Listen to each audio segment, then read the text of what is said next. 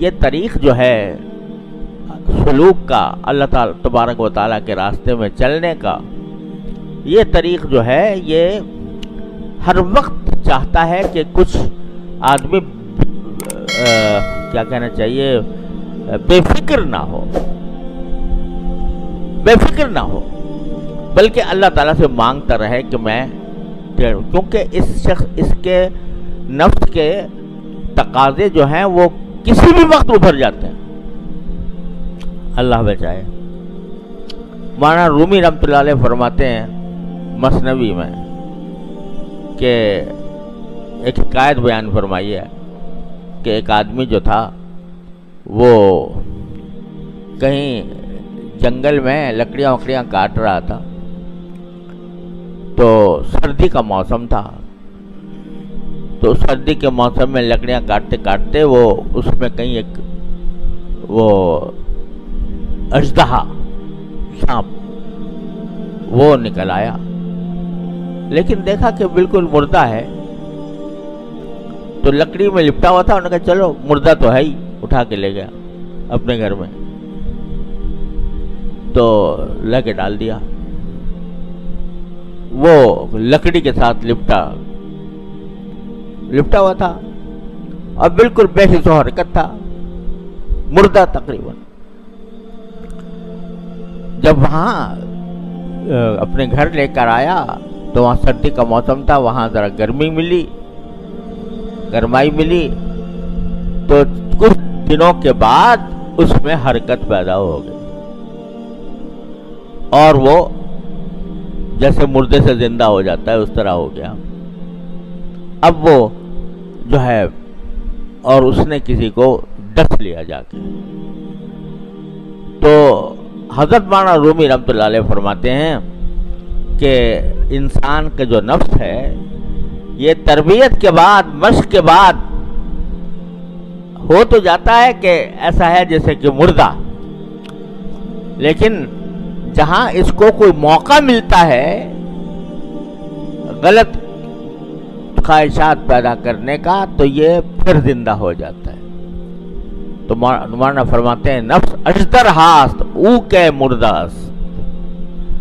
نفس اجدر ہاست او کے مرداست از غم بے آلتی افسرداست، کہ جو نفس ہے ہمارا یہ تو ایک اژدہا ہے، یہ اژدہا جو ہے یہ مرا کہاں ہے،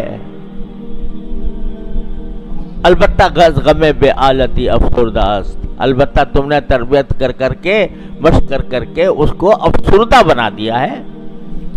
لیکن وہ موجود ہے۔ اس واسطے کسی بھی وقت اللہ بچائے انسان کا دماغ پلٹ سکتا ہے، کسی وقت بھی اس کے اندر ٹیڑھ پیدا ہو سکتی ہے،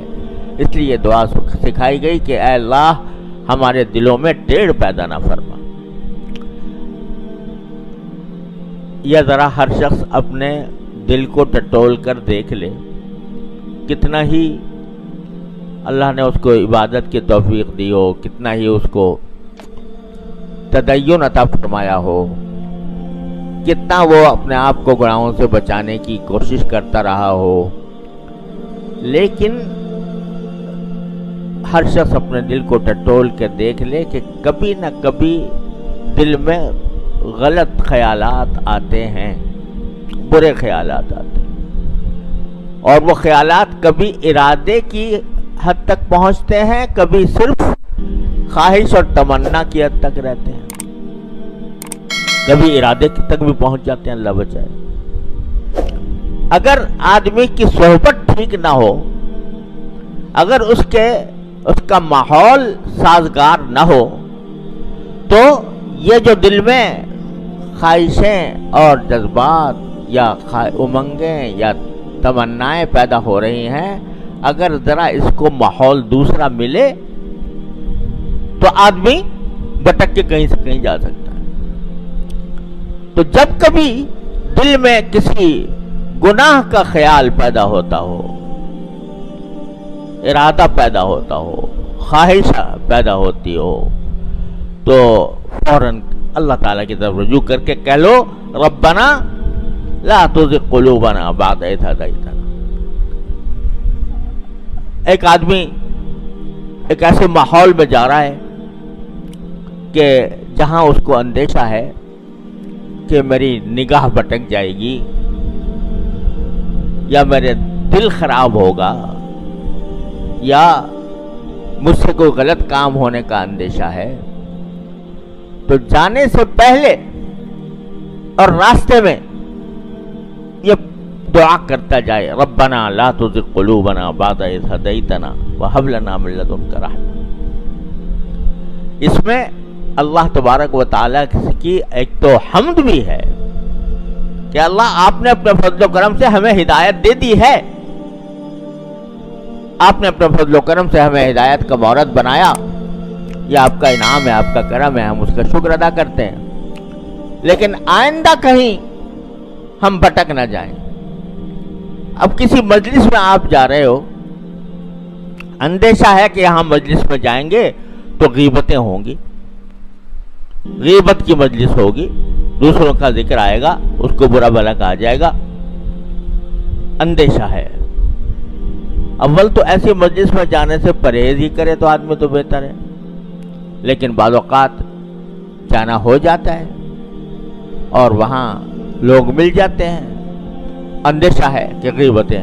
ہو رہی ہوں گی یا ہوں گی، تو مانگ لو اللہ تعالیٰ سے، یا اللہ میں جا رہا ہوں اور مجھے اندیشہ ہے کہ کہیں میں غیبتوں کے گناہ میں مبتلا نہ ہو جاؤں، اے اللہ میرے دل کی حفاظت فرمائیے، مجھے ٹیڑھ سے محفوظ رکھیے۔ یہ دعا مانگتے رہو۔ جب کبھی نفس کسی غلط کام کی طرف اس کے دل میں خواہش پیدا ہو، غلط کام کی، ناجائز کام کی، تو فوراً یہ کہہ دو، ربنا لا تزغ قلوبنا بعد اذ ہدیتنا۔ اب یہ نسخہ خود بتا دیا نبی اللہ جل جلالہ نے، خود بتا دیا کہ یہ کرو، کیونکہ میرے نیک بندے ایسا کرتے ہیں، ان کی تعریف فرمائی جو کرتے ہیں، اور ہمیں بتا دیا۔ تو اس نسخے کے بعد اتمام حجت فرما دیا۔